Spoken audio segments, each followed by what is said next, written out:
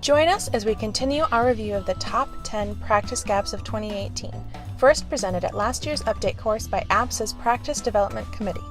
Number 4, Alex.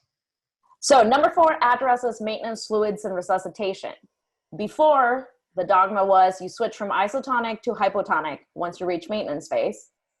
The new information is that you should continue with isotonic fluids because this decreases the risk of hyponatremia without any adverse consequences. So I thought this was huge. I don't know what you guys thought. I have always been trained, start with normal saline or LR and then switch to half normal saline or quarter normal saline. That's the way I've been taught.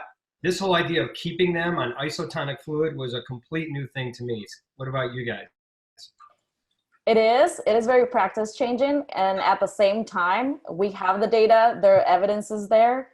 And most people are still reluctant to do this. I still see a lot of people ordering hypotonic fluids on the floor. Okay.